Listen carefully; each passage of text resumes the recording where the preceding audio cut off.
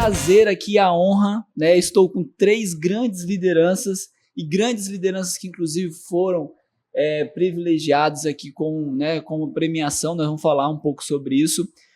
Muito obrigado pela presença aqui, Antônio, Gisele e Raul. É uma honra, é um prazer falar aqui com vocês, bater um papo com vocês sobre liderança em tempos digital, diante da transformação digital que nós estamos passando, né? E aqui, para começar o nosso bate-papo, vou começar aqui, lógico, né? Primeiro com a Gisele, né, Gisele? Muito obrigado aqui por participar aqui do nosso bate-papo, ok? Prazer estar aqui. Prazer. Vamos lá, Gisele. E aí, hoje você, né, foi recebida aqui com a premiação, e é muito legal, né, ter uma liderança, inclusive uma liderança mulher, sendo premiada diante de todas as discussões que a gente está de diversidade também, né? Mas me fala um pouquinho aí como nós estamos vivendo e você no seu dia a dia, como é que é liderar em meio a tanta transformação digital, Gisele? Bom, obrigada pelo convite. É muito bom estar aqui com vocês, com outros 2 líderes que eu também admiro. Bom, primeiro em tempos de transformação, né? De forma geral, não só transformação digital. O mundo tem mudado rapidamente, né? Muita informação, de uma forma muito intensa. O mercado está muito competitivo, o cenário político também está bastante desafiador. E a tecnologia, que já está conosco há algum tempo, está se tornando cada vez também mais rápida, né? Mais intensa, e com esse grande desafio de como a gente equilibra, né, a nossa vida profissional com todos os desafios que ela já nos impõe, né? Eu que trabalho na área contábil, né? Atuo na área de finanças, riscos e controles internos também.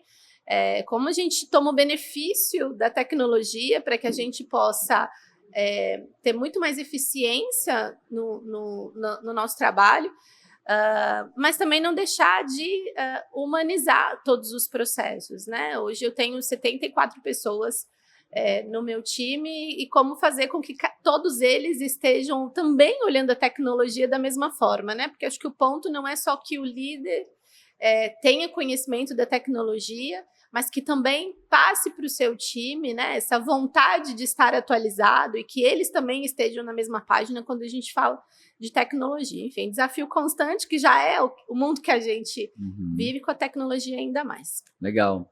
Antônio, muito obrigado aqui pelo bate-papo que a gente vai fazer aqui. Pegando até o gancho um pouco da Gisele está comentando sobre essa tecnologia. Hoje, né, você está à frente ali do time bem grande em relação à Finance, né, a controladoria, lá na Embraer. Como é viver, né, e liderar um time ao mesmo tempo ali que nós temos um time técnico, né, muito técnico, mas também a gente sabe que o comportamental desse time é muito importante, né? Como você equilibra, né, esse lado aí técnico, logicamente olhando ali a humanização, a parte da liderança ser humano ali no dia a dia, até porque quem entrega o técnico, quem entrega as demonstrações são as pessoas, né? Como é que você vive equilibrando isso, Antônio? Bom, obrigado pela pergunta e por estar aqui conversando com vocês. Acho que no nosso caso, acho que todo mundo está aprendendo de novo como trabalhar. O mundo é diferente hoje. Acho que a Gisele estava falando de dados, né? Hoje, em cada área nossa, a gente tem um engenheiro de dados, controladoria, contabilidade e finanças. A gente está aprendendo a viver de novo. E o que a gente sempre fala, e eu acho que isso tem tido um efeito muito bom, né? Pode parecer até um pouco clichê, mas a gente fala, olha, eu preciso mais dos cérebros do que dos braços. Hoje a gente tem um mundo de soluções para ajudar que a gente seja mais analítico e menos operacional, e isso de uma forma eleva a função de cada um, as pessoas se sentem mais valorizadas. Então, o que eu tenho feito é apoiar essa transição, e eu acho que o time sempre precisa de desafio, né? Então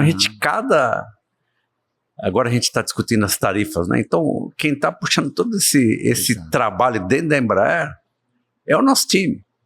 E o pessoal é muito rápido, muito criativo, muito coordenado. E e acaba expondo todo mundo. Hoje não dá mais para você não expor os profissionais, né?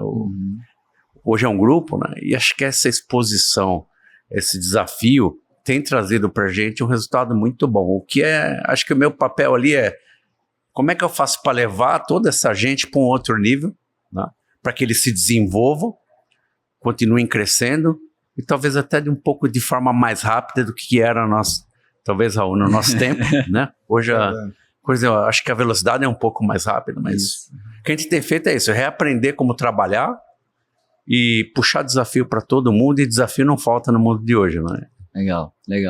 Raul, bom, primeiro, obrigado também por estar aqui, e foi legal, né, contar ali a tua história, né, como é que a BDO, né, chegou onde chegou hoje, né?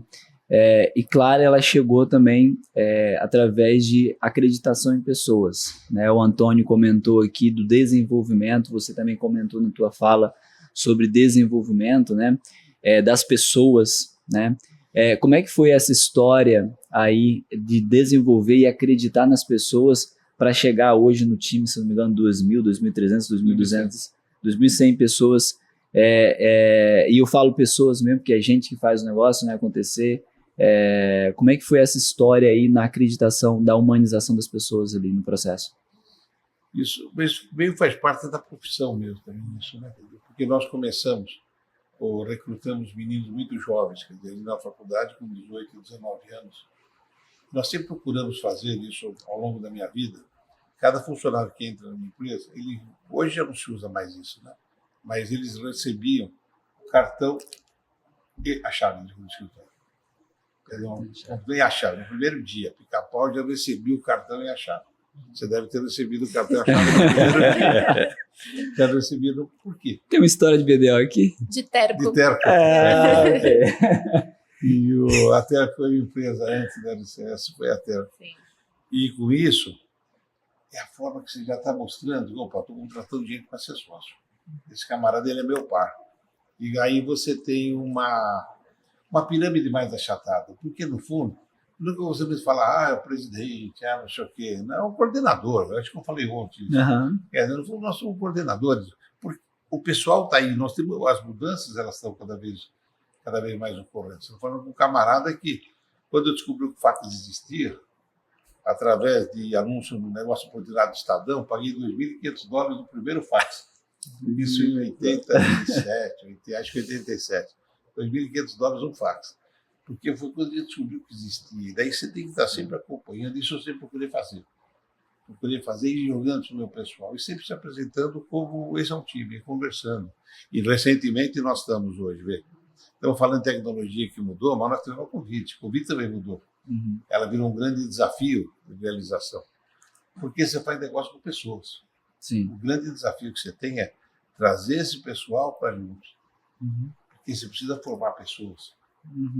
Para você formar pessoas, todos nós aqui começamos de baixo. Eu comecei de baixo, com certeza começou de baixo, ela começou de baixo. Só que a gente precisa que o cara daqui, ele nos faça crescer. Ele precisa confiar em mim, para isso eu devo estar treinado para ir poder dizer todos nós galgarmos. Eu sempre costumo falar isso no Mudou, que é fácil você crescer na vida. Todo chefe tem o lado direito da mesa dele. Como eu sou canhoto, no meu caso é o lado esquerdo. Então, o lado direito da mesa do chefe é aquilo que para ele é um osso. Só que o cara que está embaixo é filé mignon. Então, se você chega, eu não posso ajudar o senhor em nada aqui, ele vai passando e com isso, se você for competente, você vai fazendo e aí todo mundo cresce. E vai aliviando. A hora que eu tenho hoje, quer dizer, um grande ponto, fui o primeiro defensor de que não dá para fazer home office. Não dá para fazer home office. Nunca entendo home office, desde o primeiro. Você vai pegar entrevistas minhas de 5 anos atrás, falando que era 3-2. Por quê? Para você formar a pessoa e garantir a cultura da tua empresa, uma empresa ela é forte, um país é forte, uma sociedade é forte, quando ela leva sua cultura, quando ela pega suas tradições. Tem um filme muito interessante, antigo, chamado Violinista no Telhado, onde o líder o tempo inteiro ele falava tradições, tradições, tradições. É isso que te pega. É isso que, então você precisa ter a cultura da empresa muito forte. Você tem que viver a cultura da empresa. Se você pedir uma proposta de trabalho da minha empresa, e desde sempre, a primeira coisa que aparece são os valores da empresa. Não tem nem visão, nem missão. Porque visão e missão você muda. Valores você não muda. Você pode mudar a missão de uma empresa, você pode mudar a visão de uma empresa, valores você não muda. Valores é você. Então, a gente já começa com os valores. Porque a tua equipe tem que viver esses valores. E quando está todo mundo engajado e vivendo, você consegue crescer, mesmo nessa dificuldade. Você imagina o que foi difícil para mim, pegando o microfone há 5 anos atrás, falando, eu quero o pessoal trabalhando. O pessoal tem que trabalhar, senão a cultura da empresa vai embora. Que senior vai querer treinar um assistente que não sabe nada? Então foi uma dificuldade, felizmente, hoje não está igual. Tem gente falando em 5.0 aí, nós estamos no 4.1 e acho que o 4.1 ele é permanente. Legal. Porque você sempre tem aquele dia que você precisa ter em casa. É. Não sei se você queria saber, não. Mas é isso mesmo, é isso mesmo. Você falou uma coisa importante de cultura, e aí eu vou fazer uma pergunta sobre cultura aqui para todos, né? Ô Gisele, ontem, né, na tua fala, na premiação, você comentou sobre igualdade em relação à liderança feminina. Eu achei isso bem, bem legal, bem importante. Como é que você enxerga essa cultura de aceitação da diversidade em realidade? Porque hoje, quando a gente fala de diversidade de um monte de coisa, né? E engraçado que nós estamos passando por uma diversidade de idade, inclusive, dentro das organizações. É isso? Mas é claro, ali na tua temática, ali, você puxou um pouco da tua fala sobre a liderança feminina. Eu queria que você comentasse um pouco melhor sobre essa cultura dentro da organização, como é que vocês têm trabalhado isso dentro da organização em relação à aceitação da diversidade no que tange a gênero. Muito bom. Bom, no Fleury nós temos grupos de afinidade, né? Então, primeiro, o que a gente percebeu? Que nós precisávamos falar muito sobre isso, porque às vezes as atitudes das pessoas, liderança ou não estavam corretas, né, ou adequadas como a gente esperava, que era, sim, trabalhar com a questão da diversidade, que a gente tenha mais pessoas diversas e que a gente não tenha preconceito e que também não haja, enfim, desafios relacionados a assédio, enfim, ou qualquer outro tipo de comentário que aconteça no nosso ambiente de trabalho. Mas que a gente precisava falar sobre isso. Não é todo mundo que está buscando conhecimento em relação a questões de diversidade. E às vezes fazem algumas coisas de forma inconsciente, né? Que são os vieses inconscientes, inclusive. Então, o que nós temos feito é falar muito sobre essas questões. Sim, então, não só sobre a equidade de gênero, que é uma das minhas bandeiras, né? O Grupo Fleury tem grupos de afinidade, eu sou do grupo de afinidade de equidade de gênero. Nós temos o racial, nós temos de etarismo, nós temos o de LGBTQIAPN+, e temos um outro que é para profissionais que têm algum tipo de, né, enfim, neurodivergentes, ou pessoas com deficiência. Então, são pessoas que discutem e promovem ações na companhia relacionadas a esses temas. E é muito bacana ver quando as pessoas tomam conhecimento, né, como o mundo se divide entre o que a pessoa não conhecia antes e as ações que ela começa a tomar a partir daí. Porque são as ações do dia a dia, não é a companhia que vai fazer com que a gente abra vagas específicas, né? Eu gosto de abrir vagas para pessoas negras, para as mulheres, né? Então, isso de forma consciente. Enquanto a companhia não tem políticas específicas para isso, é o nosso papel como liderança fazer isso, está nas nossas mãos, né? Eu não preciso que a companhia tenha uma política para que eu faça isso. E em relação às mulheres, o Grupo Fleury é uma empresa majoritariamente mulheres, a nossa CEO, doutora Giane, é mulher. Nós somos 80%, mas também muito voltados, porque a saúde é um serviço de cuidado, e o cuidado sempre esteve voltado às mulheres, né?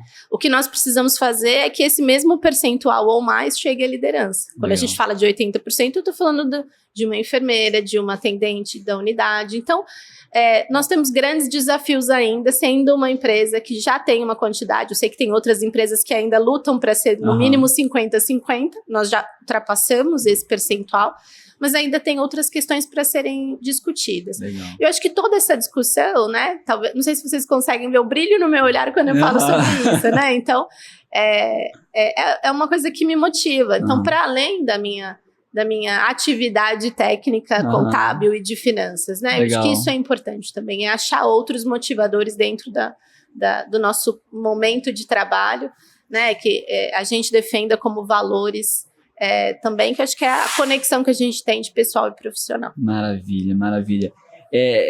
Tá vendo, Raul, como você puxou um tema tão importante sobre a cultura, né? E aí, quando a gente fala cultura, Antônio, para uma empresa global como a Embraer, né? Estamos falando ali de 23 mil funcionários. Cara, como é que você, no seu dia a dia ali, né, ou da empresa mesmo, como passar uma determinada cultura ou como viver e como preservar uma cultura dentro de uma empresa tão grande, né, e ao mesmo tempo tão diversa, no que tange a tipos de pessoas, né, a comportamentos diferentes. Como é que vocês trabalham ali a cultura em relação à humanização? Bom, obrigado pela pergunta. E eu acho que eu falei ontem, na hora que eu recebi a premiação sobre cultura, um pouquinho, né? E o pessoal da área financeira, a gente gosta de medir as coisas. E eu acho que nesse estágio da minha carreira, eu cheguei à conclusão que...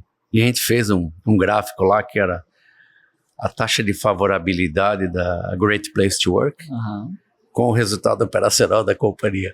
Então, assim, eles andam em paralelo, é uma coisa impressionante. Não quer dizer que a gente mediu, mas assim, as coisas andam juntos. Então, o que a gente faz muito é discutir com todo mundo, cultura. Vou dar um exemplo, a gente faz cada publicação de resultado trimestral, né? A gente faz uma reunião com a liderança, primeiro de manhã, depois faz para o mercado de capitais, aí faz com todos os funcionários em português, à tarde, e na hora do almoço com o pessoal do exterior. E todo mundo pode fazer pergunta para a gente. Então eu, o CEO, e os colegas também das vice-presidências, qualquer um pode fazer pergunta. E eles fazem perguntas assim, às vezes duras, né? Então é fomentar a discussão. Um dos pilares culturais nossos é abertura para falar e ouvir com respeito. Então, a gente incentiva as pessoas a falarem. Então, no final das contas, você cria um senso comum que é inabalável. Eu acabei de vir da Ásia agora. Um dos motivos de eu ter ido para o escritório da China e Singapura, eu chamo Café com o Antônio, é sentar com a turma e falar de cultura, escutar feedback. Olha, como é que a gente lá do headquarter, a gente pode ajudar vocês a trabalhar melhor, apoiá-los mais. Como é que nós estamos agindo nos pilares culturais? Todos os meus colegas fazem isso, repetidamente, porque a gente chegou à conclusão que é um super investimento na companhia e traz resultado. Fora tudo isso, ainda traz resultado, são pessoas apaixonadas pelo que fazem, acho que tem esse detalhe, né? Os nossos funcionários, eles amam fazer avião, tem muito disso também, mas a gente, diria, abre o coração para ouvir, para falar, e acho que é o único jeito de faz inclusão, com certeza, né? A gente tem grupo de mentorias de mulheres, inclusive, onde eu participo, para ajudar a turma a chegar nos postos que deveriam estar já. Então, assim, é muito rico quando você entende que a cultura é importante para a tua companhia, respeita e trabalha para melhorá-la. De cima para baixo, de baixo para cima, nas lideranças, e a gente chega à conclusão que às vezes a liderança atrapalha mais do que ajuda na cultura. Então a gente tem um diálogo muito aberto na questão cultural para tentar melhorar isso. Legal. Eu concordo muito com as tuas palavras do retorno ao trabalho, né? Também penso do mesmo jeito. A proximidade. Se resume em proximidade, né? Acho que exatamente. Para o que ele está falando, que a coisa é mais horizontal, que você está lá, está ouvindo as pessoas participando. Você é um grande coordenador, como eu falei, quer dizer. Isso aí. É a proximidade, porque as pessoas vão falando. Eu não sou tão defensor assim de, não, porque eu tenho diversidade. Eu tenho diversidade minha vida inteira. É natural ali. Eu sou de São Paulo. Eu sou de São José dos Campos, mas cresci em São Paulo. Na Zona Norte, no Jardim São Paulo, lá no Alto de Santana, do lado dos imigrantes. A escola que eu estudava era uma mistura de banana com goiaba, era um colégio de freira que a gente tinha, estava todo mundo lá. Então eu já cresci diverso. Isso já faz parte da gente, não tem diferença.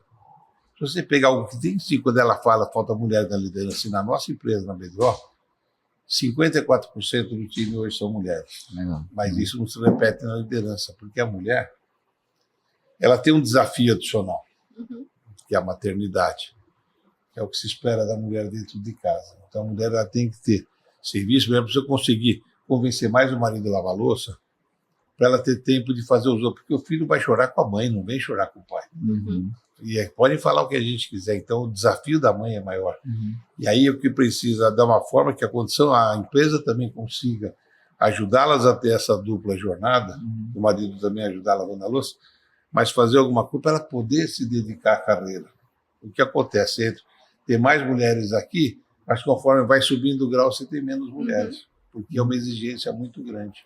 E aí é um papel importante das empresas de entender isso e dar as condições necessárias para poder fazer isso. Você vai desde coisa básica, como ter uma creche, por exemplo, né? Ter uma forma de poder ajudar a mulher a se desenvolver, porque não tem diferença.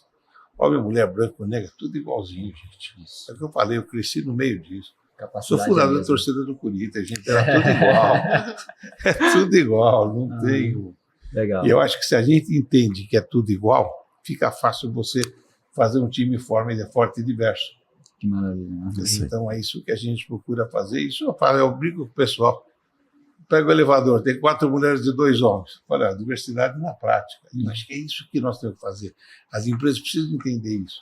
Se as empresas entenderem que todos são iguais e tem que dar as mesmas condições para todos, por isso que eu falo, achata um pouco a pirâmide e conversa e divide. Quando você conversa e divide com a sua equipe o que vem de material, o que vem de crescimento. Ele falou uma coisa extremamente interessante que já ficou aqui.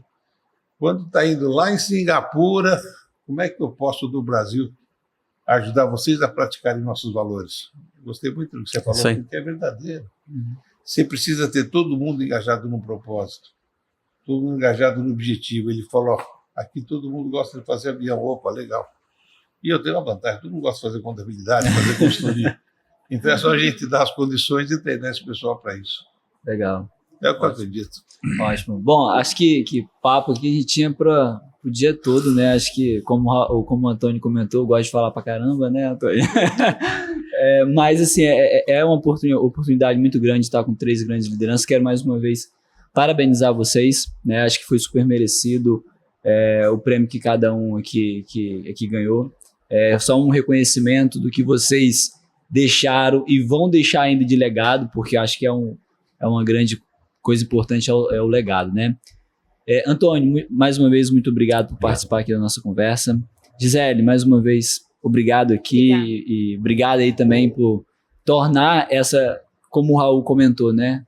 Todo mundo aqui é diverso, todo mundo tem oportunidades. Então, muito obrigado por levantar essa bandeira. E, Raul, muito obrigado e parabéns aí pela tua história junto à BDO, ok? E você que está nos assistindo, nos ouvindo, fique ligado, né, nos próximos episódios. Temos aí bastante conteúdo bem legal, tanto aqui do Congresso, mas também de outras oportunidades e gravações. E fique ligado e até o próximo episódio.